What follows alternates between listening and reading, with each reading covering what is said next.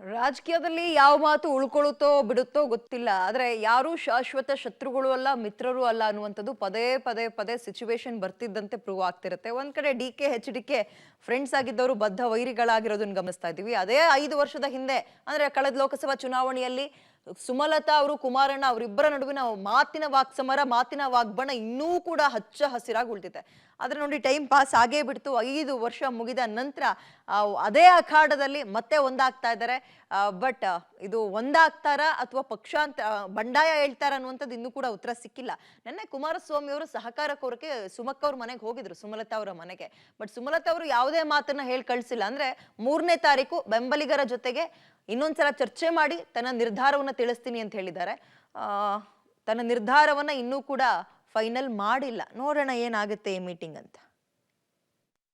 ಭೇಟಿ ಅತ್ಯಂತ ಸೌಹಾರ್ದಯುತವಾಗಿ ಆಗಿರತಕ್ಕಂಥ ಭೇಟಿ.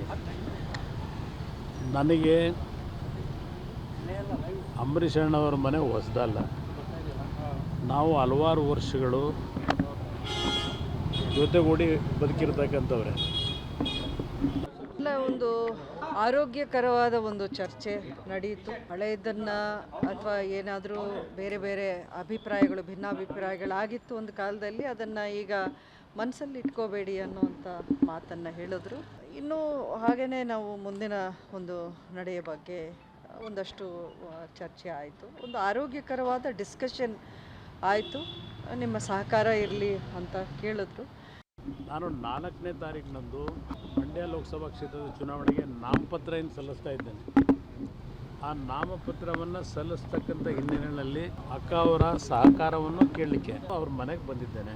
ನಾನು ನನ್ನ ಕಾರ್ಯಕರ್ತರು, ನನ್ನ ಹಿತೈಷಿರು ಅವರನ್ನು ಫಸ್ಟ್ ಸಂಪರ್ಕ ಮಾಡಿ ಅವರ ಒಂದು ಒಪ್ಪಿಗೆ ತಗೊಳ್ಳದೆ ನಾನು ಯಾವುದೇ ನಿರ್ಧಾರ ತಗೊಳ್ಳೋಕ್ಕಾಗೋದಿಲ್ಲ ಅನ್ನೋವಂಥ ಮಾತನ್ನು ನಾನು ಮುಕ್ತವಾಗಿ ಹೇಳಿದ್ದೀನಿ ಅವ್ರಿಗೆ.